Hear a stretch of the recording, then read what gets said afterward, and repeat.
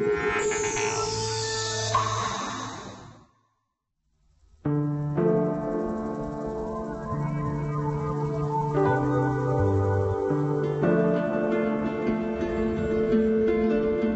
ziet het leven van de nieuwe, rijke, zwarte middenklasse in Zuid-Afrika eruit? Kijkt u naar Black Diamonds.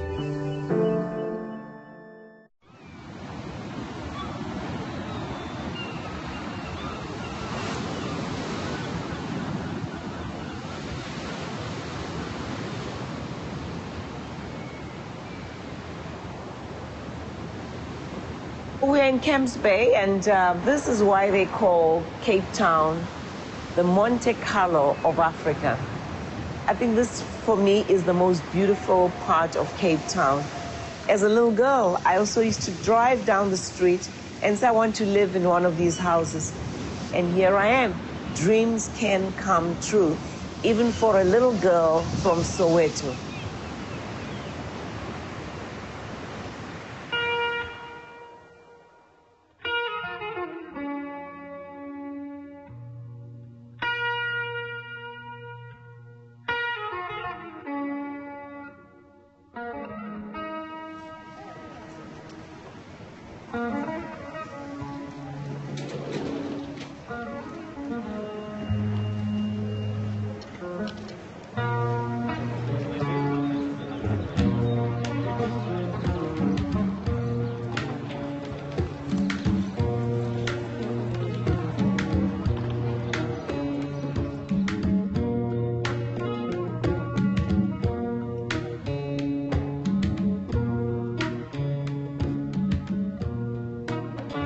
I literally came from the dusty, daring, dangerous streets of Soweto.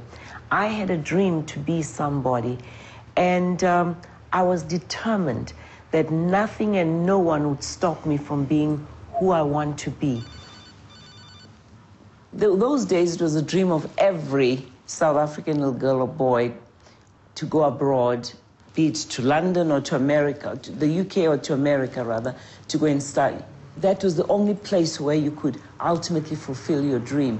So then in 1991, Nelson Mandela came to the United States. And somehow as we watched him give the speech, and he was all over the US calling on South Africans living abroad to come back home and help rebuilding new South Africa, I said to my husband as we sat there, he is talking to me. I have to go. And my husband looked at me and said, you know what?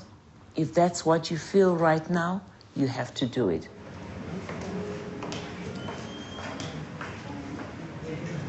Johannesburg, my home is the Hyatt Regency.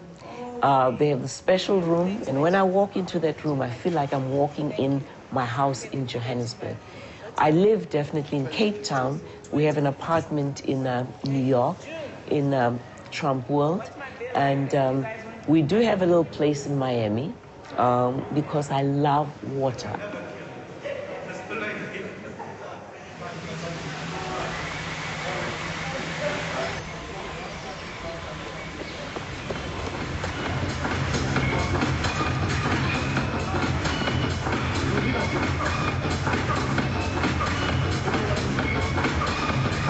Ladies and gentlemen, thank you so much for joining us. You're Miss South Africa for 2009.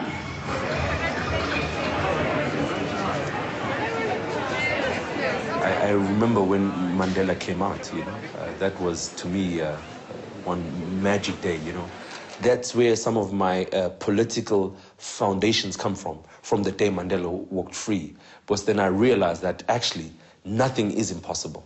If one man with a party can bring down the system called apartheid, then sky's the limit. So ever since that time, I've always been blessed with the feeling that nothing is impossible. Ladies and gentlemen, the live broadcast will begin in 10 minutes. During the broadcast, please stay seated. Please be aware that there will be camera crews moving about during the broadcast.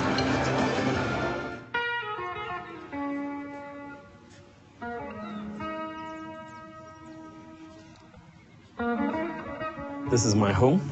It's a two-bedroom house. Very nice, warm. We just moved in here about 2 weeks ago, so I don't know the neighbors. And not far from the office. That's why we like this place. All this chicken. Oh my word, that's a lot of pasta. You need to put more water in. Feel lot.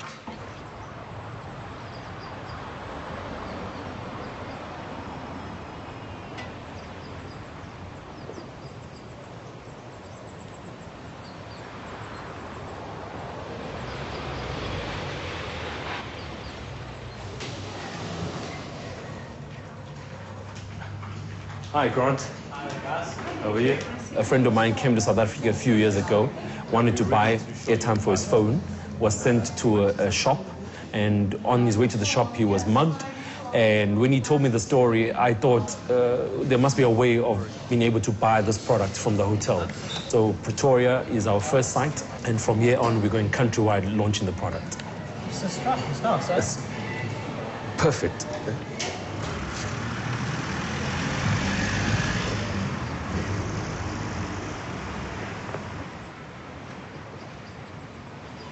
Moving into a new sector, I had to learn a lot. So I had to really start from the ground up. I went down, I was the cable guy, putting cables in people's houses, trenches, putting switchboards, and then I worked my way up to understand how the business model of technology works. So being a systems engineer, I quickly developed on how, using the internet, one could be able to buy a product like the cell phone airtime. Peter? A little bit. Sharp. How's the weekend? I'm all right. Any messages? Nothing. The company itself has just 5 key staff members, and it relies on a huge IT infrastructure, which is where all the transactions happened.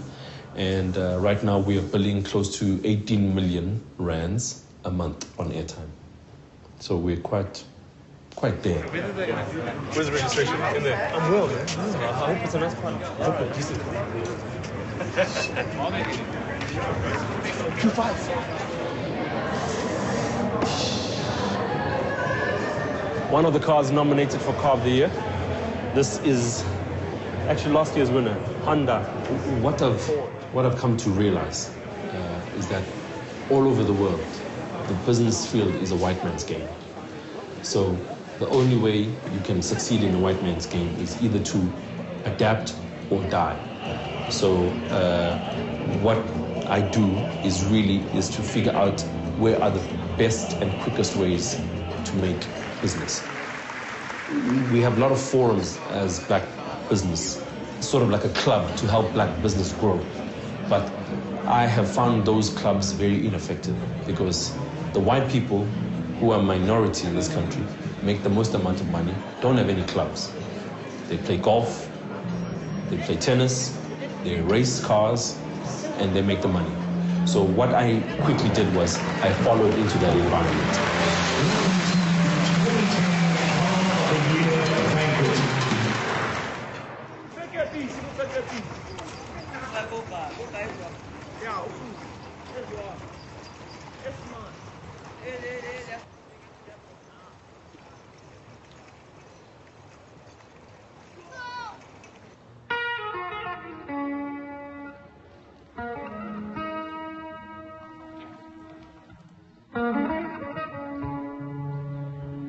I found the sport in this area in 1992 because it was a space at a time that was available, for me to buy from the apartheid government.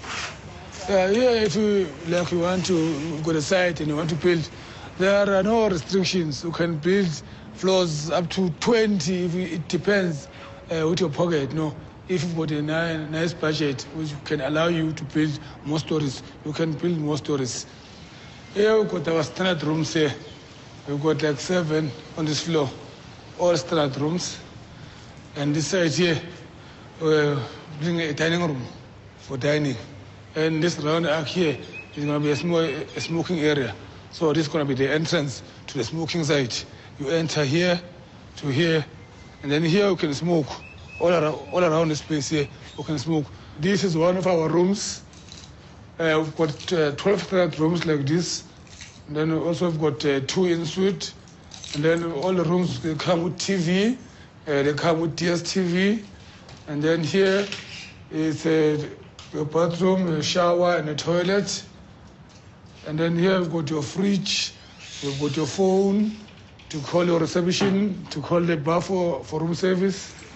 Per night, we charge this room 550 rands, excluding breakfast for 2 guests.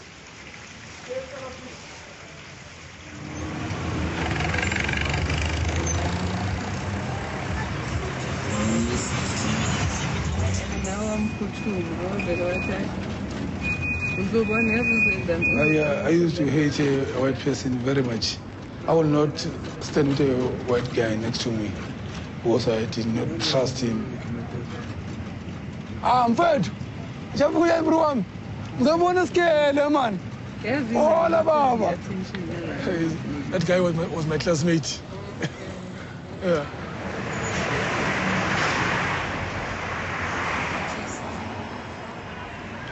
Apartheid affected me in a sense that I hate it still even today. So in a sense that one would not have like a business like I'm having today without any questions from the system, where to get the money from, and all the hassles. You must always salute the white man during that time, which was not right for me.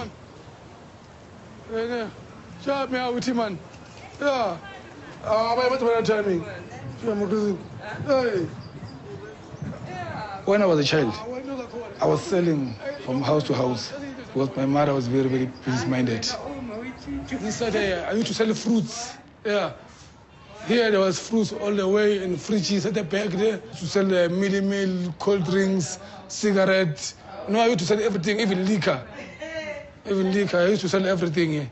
When open here, at the street, so the people used to come in from this side, straight to the what you call. Thanks. And it's where I grew up. In fact, I was born here and grew up here. It's where I was born. I used to play around all the street naked. Because those days, clothes were very, very scarce. Here they wash cars. Here they wash cars, they wash dustbins, stuff like that. Yeah, people can just put up any business, as long as it's not a formal business, because you can see all these businesses are not like formal. They're not formal business. You can see they're not formal. All of them are very informal. There's nothing formal here. Here's a car wash owner. Yeah, it's a friend of mine from Noako. We grew up together. Show my picture. Aye. Yeah, Putu. So enough. So I grew up selling. I remember when I was doing standard 9, I used to traveling like an hour travel with the train. I would have my peanuts there selling on the train. When I get to the station, put them in my bag, school bag, I go to school. After school, same thing until I get home, trying to save. That's how I started at a very, very young age.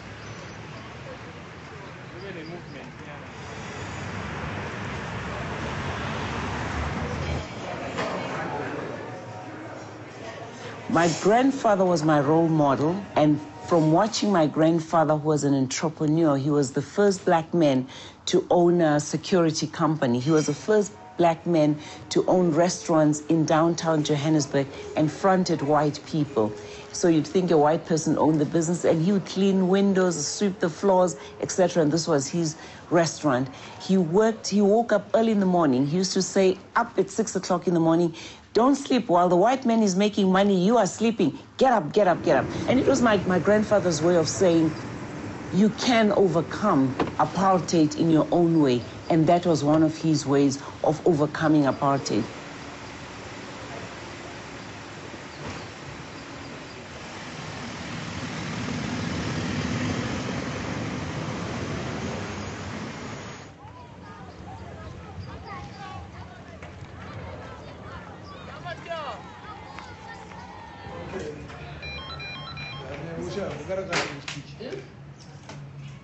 I've been in jail several times during when I was at school. I mean, the system was giving the money, the spies. maybe we'll see you maybe with the police, maybe pointing at us, with the police. We'll go for you. We'll go for you, and definitely we're going to kill you. We're going to kill you as a group because we are supplying out all our information. We'll put a tie, we used to call a tie and necklace. And anybody who's strong, will let a tie. We'll put petrol, anything that is flammable.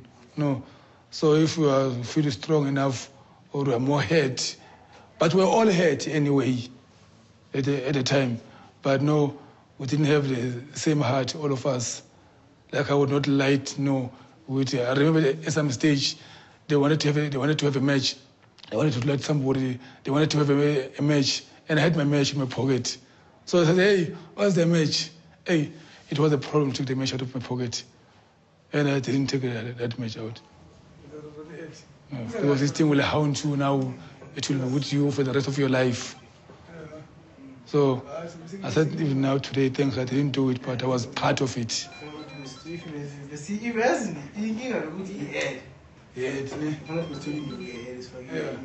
I think we need a match. All Durban style. Very, very nice. This is food for the soul.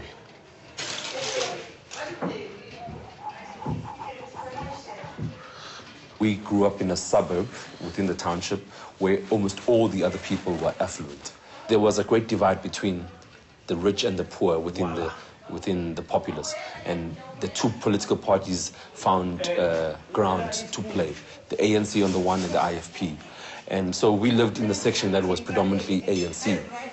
And then I remember one night, we had a guard outside, a security guard, and he would walk up and down and do his march, like a soldier would. And then not far from my room, my window, in the bedroom. And then he stopped. And the next thing I heard was him cock the gun. And then there was gunfire. And then there was a petrol bomb that was thrown in. So there was a lot of activity happening outside. And my mother called everybody, all my brothers and sisters. We hid in the passage during the exchange of gunfire, and the police took forever to come. And really, when we left our home, we left in a little police cargo vehicle, escaping from this trauma that has just happened at our home. So those were my last images of the township.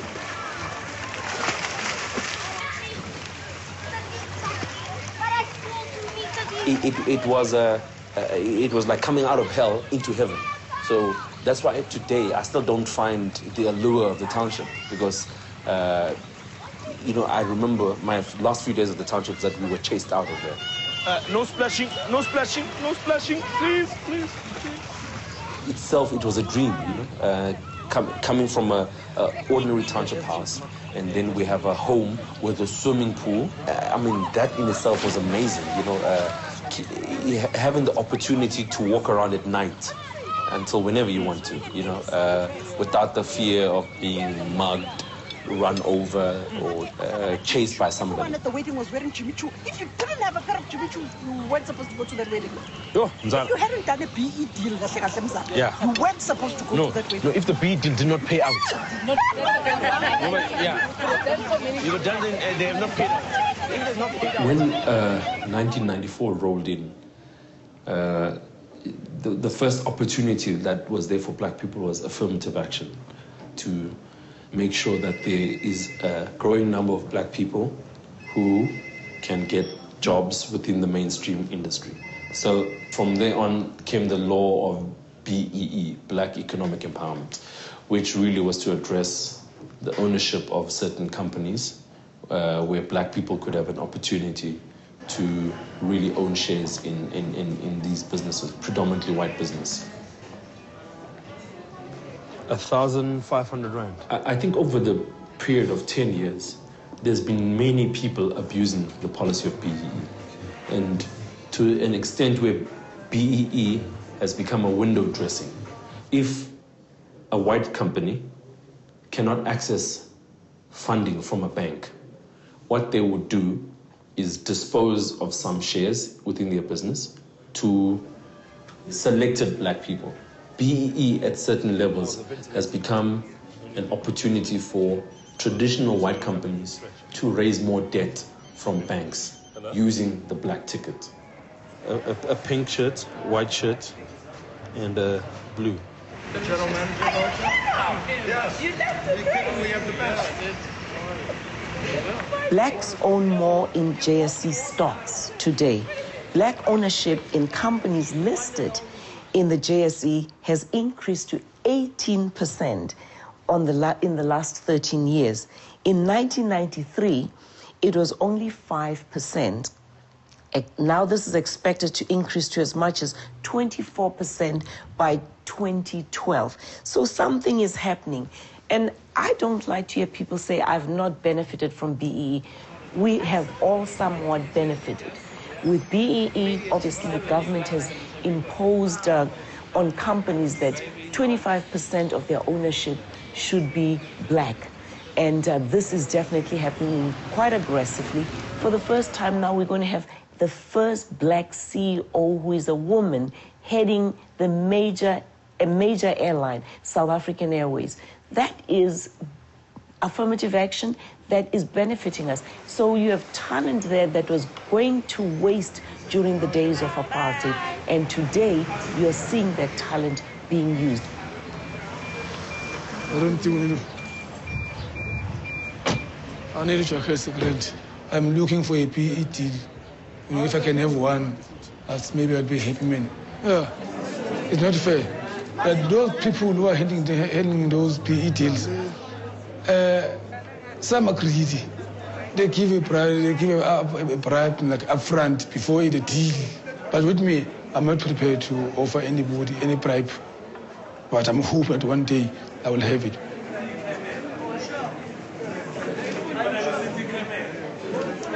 The bank didn't help me. But the society did help me. But the bank didn't help me at all.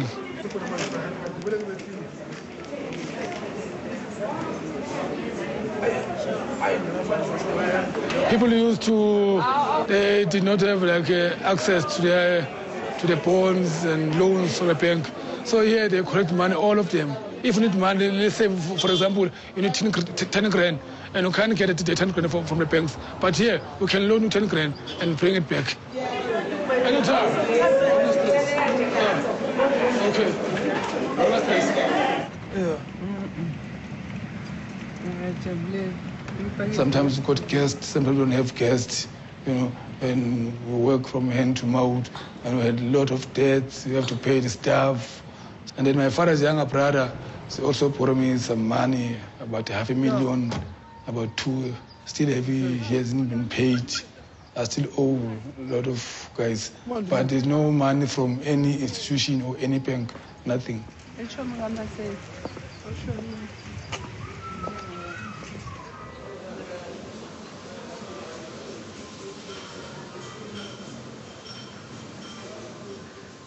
As usual, I got my mind on my money and my money on my mind.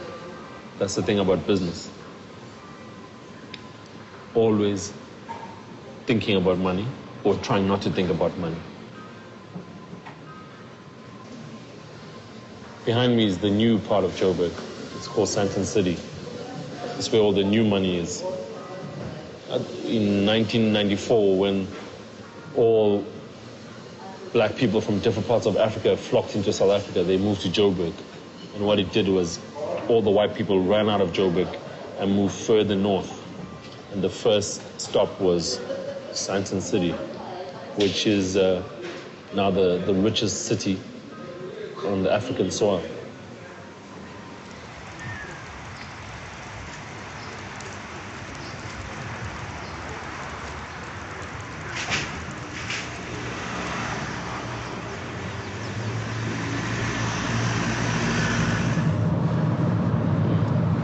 So every Thursday, I have to fight the road, fight the traffic to get to SABC, which is on the other side of town, to go in and do my radio show. Move, traffic, traffic. It's the Joburg nightmare, traffic.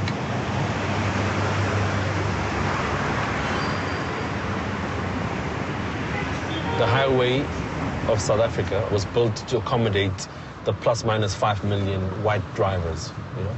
And with 1994 and the economic boom we've had since then, there's many more black people that own cars, and that is creating more havoc. And this also impacts the economy very negatively, because most people now spend their time on the road instead of being at work. Is chasing of a better high. I think that's one thing that cannot be disputed with the things found in this place. 9 minutes to 5. The time of the afternoon. We've got the Rod in the studio. Mr. Rod. Yebo. What are we talking about today? Okay, cool. Welcome, everybody. Today we are previewing the Car of the Year finalist. End of the day, eh? The show went very well, eh? I mean, it's 5 minutes on radio, talking to about close to 6 million people. I make quite a lot of money from that radio slot, which is very, very nice, you know.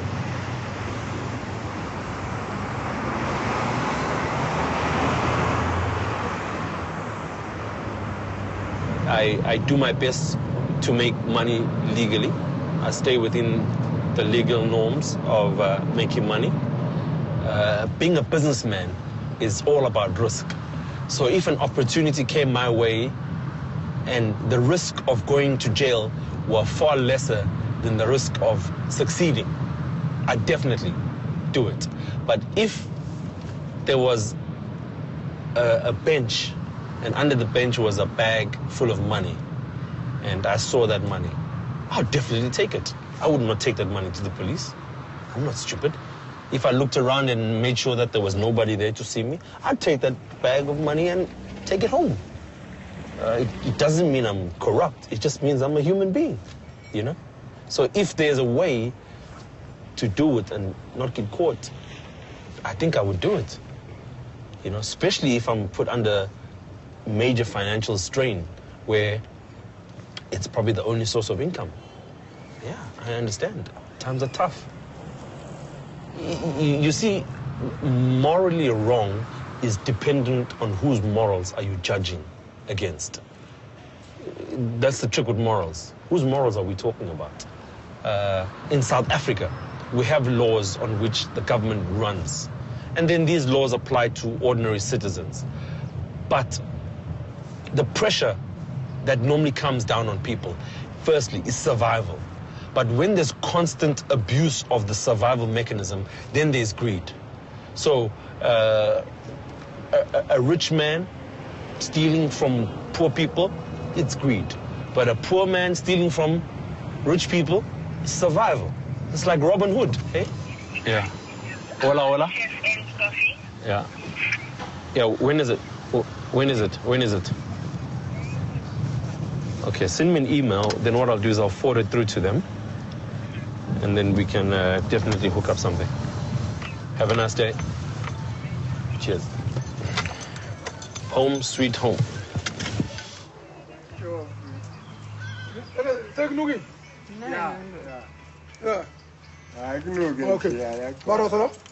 Hello. Oh, this is Vusi's house. It is where he's building that third house there. The third house, as I understand, he said it's going to be the conference center. That's all. Because it's got such a huge yard as well, this side. If you buy a house in a suburb, you invest a lot. It costs millions of rent, unlike in Soweto. The kind of house like this, if here it costs like 5 million, in Soweto it depreciates. It can cost 1 million or 2. Sure. On this side it's white people, but we don't know them as they are neighbors. We just greet each other, hi, hi, and that's it. We're not making parties together. Mind your own. And that side as well, it's white, blacks, it's different. I prefer to live in Soweto. Soweto for me is good, it's great. I hear people are not, you know, here is mind your own business. They've got no harmony, no joy. Hey, You don't even know your neighbors. You don't even talk to your neighbors. I was just telling you now. So in Soweto, if we don't have sugar, we can go next door and ask for a spoon of sugar. Here, you cannot do that.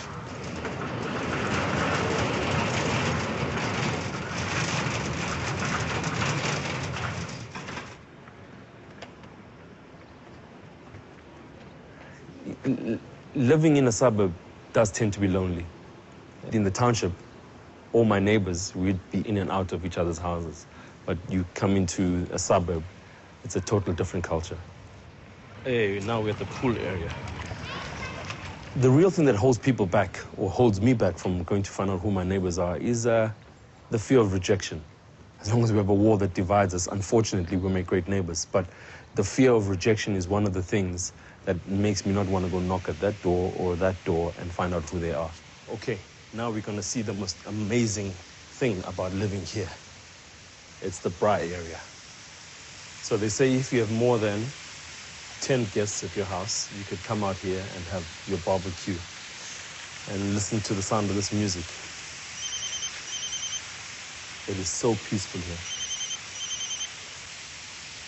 And take a call from your sister. Hello? Good, how are you? Next weekend, we're going to visit a friend of mine. He's getting married, and this is his wedding invitation. He's my former brother-in-law, and he's marrying another lady called Portia, and the invitation is as big as a Bible. Very impressive. Before that, he was owning taxis, and now he's one of the richest men in South Africa. A good friend to have, very influential. He's good friends with the president. That's how influential he is. So I think it's always works in your favor or in business to have friends in high places, politically and otherwise. So when I make my money, I'll also be friends with the president. It's a 3-day affair, and it's got the white wedding, the Zulu wedding, and then a big party on Sunday, and a big party on Monday. And then there's even a fancy party later on. More parties.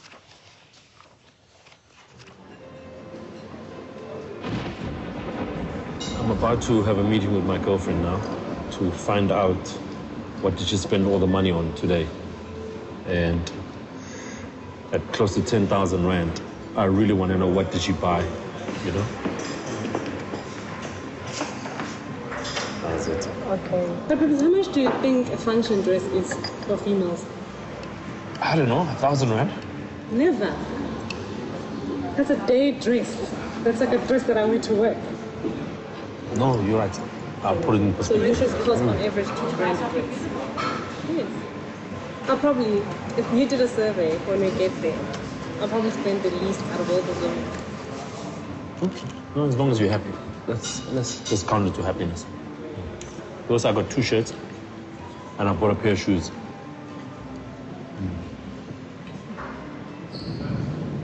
Cheap shoes.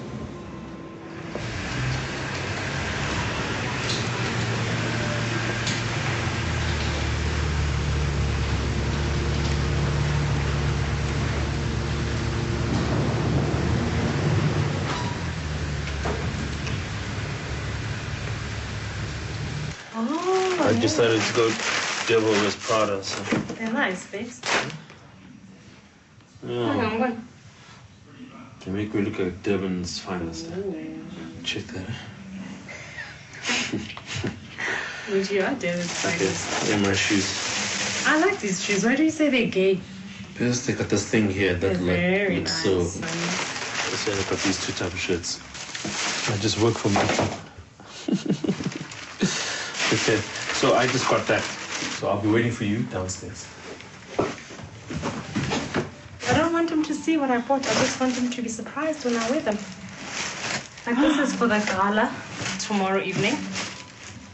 And this one is for tomorrow morning. It'll match his, because he's wearing cream and brown. I've got an accessory for my hair. Like a little cute accessory.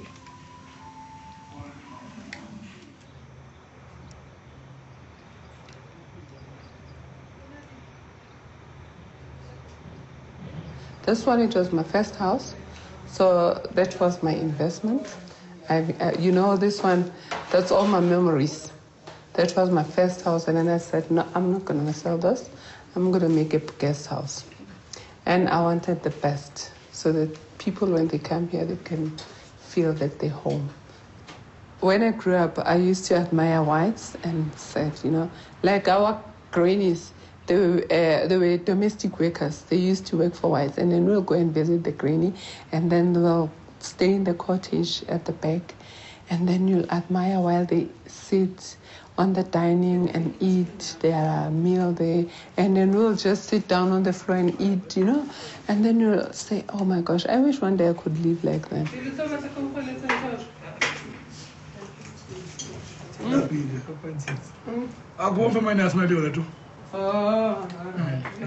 The whites in those days, they look perfect because we were not so much closer. Now we live closer to them.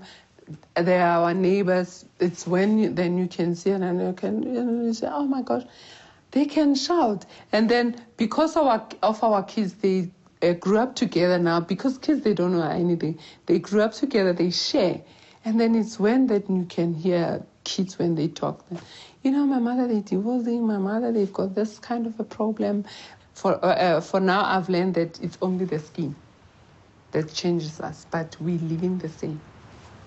Let us pray. Bless us, O Lord, and these gifts we're about to receive from thy bounty through Christ the Lord. Amen. This white guy came to the office, and Susan, a white lady, the office, she was next to me. So he came in, greeted her first, and then he said to her in Afrikaans, he's here to see Richard. You know? Yeah. And the receptionist is black. And when she said to him, oh, this is the boss, he got the shock of his life. South Africa corporate, there's still racial barriers. And just because he treated me like shit, didn't give him the business. I gave him a hard time. You asked him like 21 questions. He was there, and eventually said, no, not going to need it.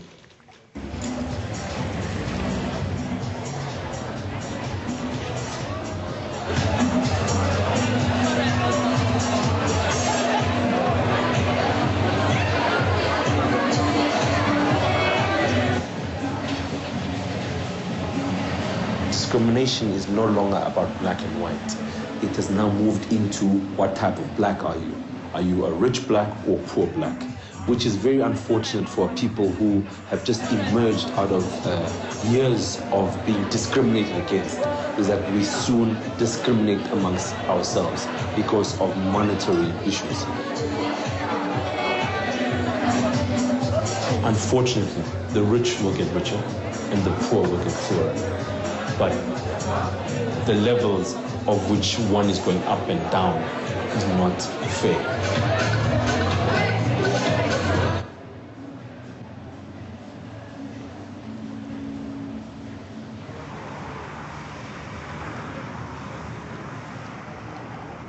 Slowly but surely, we become a state that is dependent on social growth, which is very, very bad for a young democracy, a country that is still developing.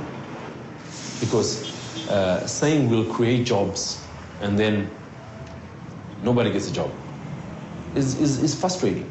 I tell you now, looking on the newspaper, we've just hired 1,000 Koreans to come and fix up the stadiums.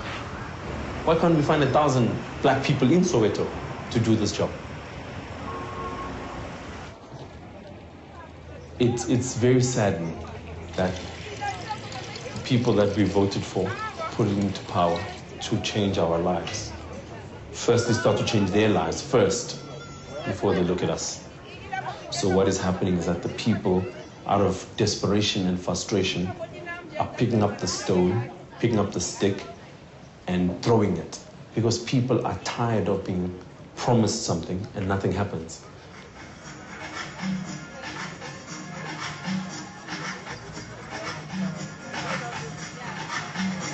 My dream as a child, it was very difficult. I wanted to be free, man. That was my most of my, I wanted to be free. Because, I didn't like the time when my father used to go to work every day and you find that her boss or his boss, you know, just a small, beginning white person, and is talking to my father the way it was very, very heartbroken, you know. So I thought myself, my dream, and if I can be self-employed and not have a boss, you know, I hate this thing of having a boss.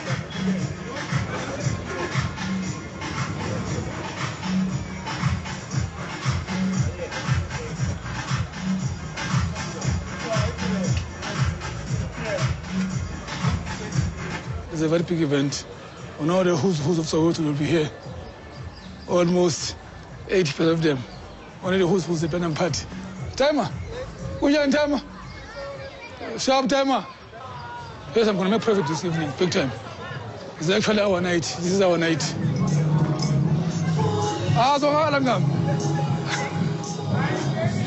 Okay. No stress. No stress.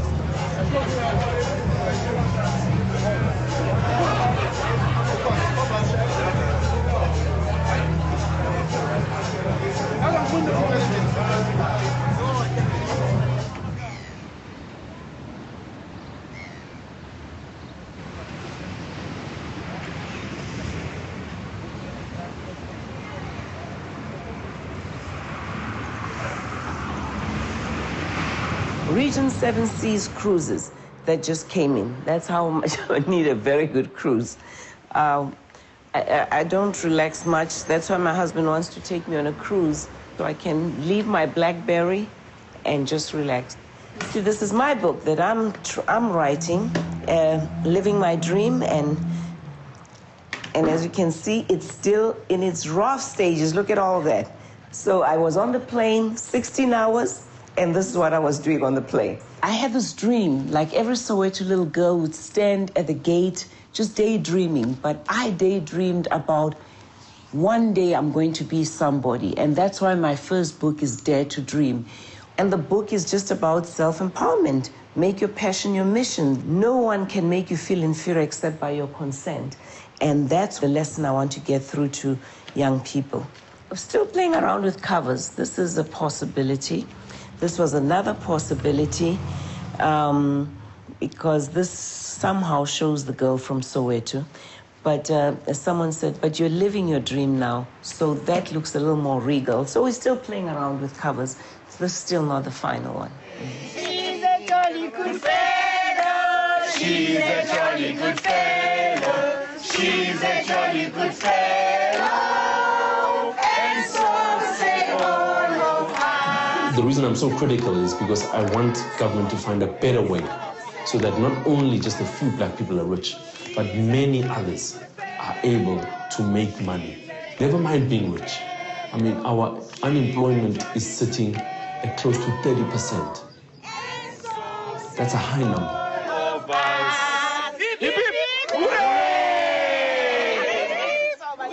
I hope that there is a voice of reason somewhere. Somebody will remember what Mandela stood for. We cannot tolerate this behavior.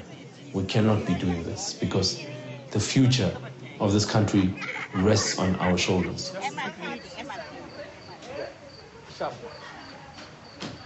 Bye.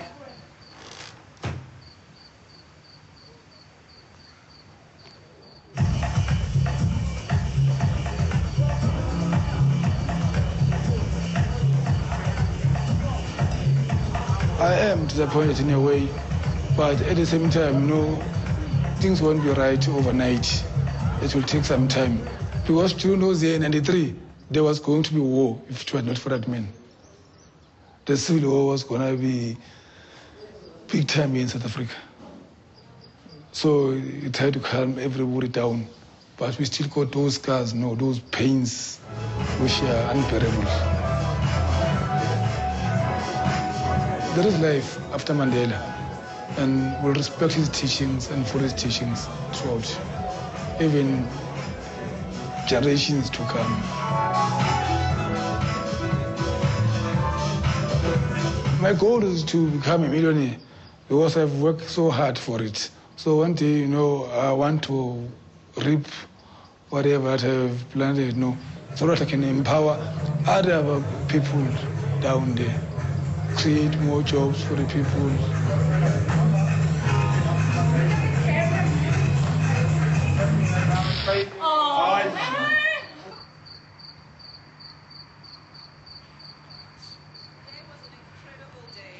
It almost seemed as though the entire universe conspired to make it a special day.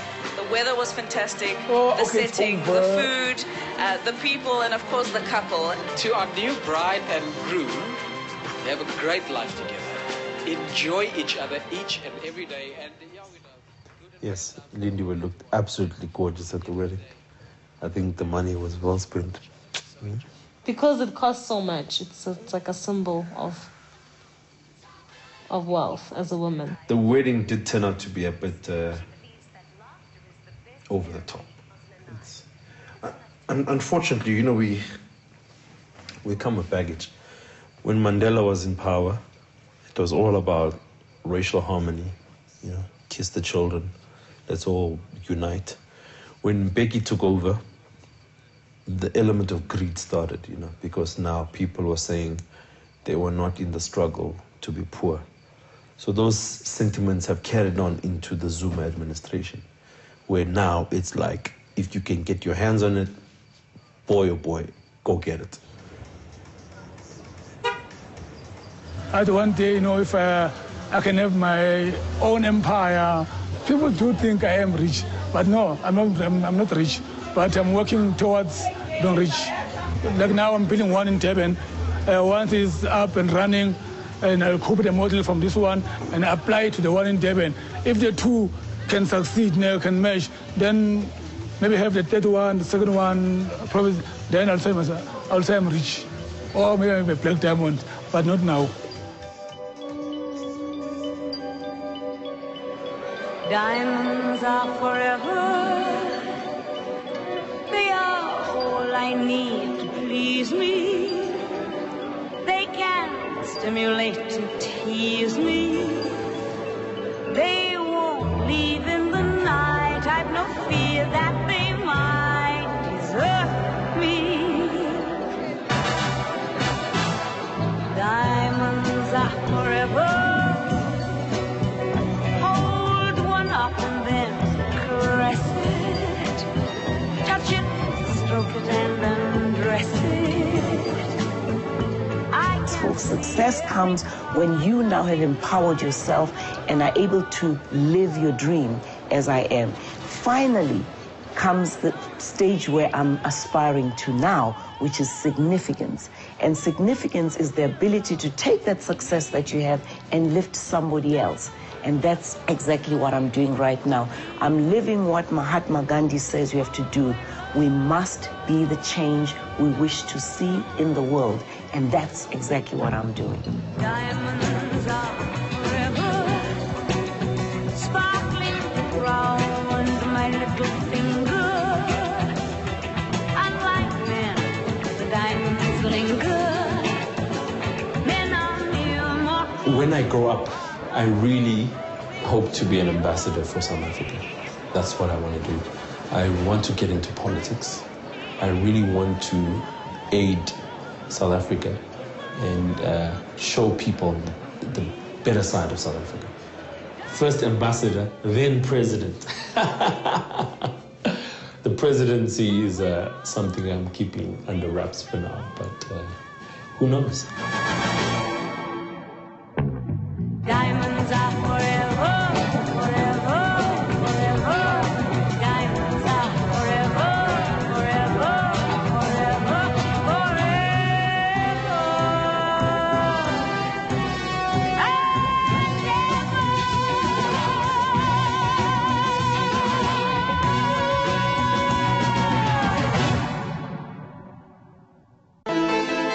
Dit programma is ook te zien op het digitale themakanaal HollandDoc 24.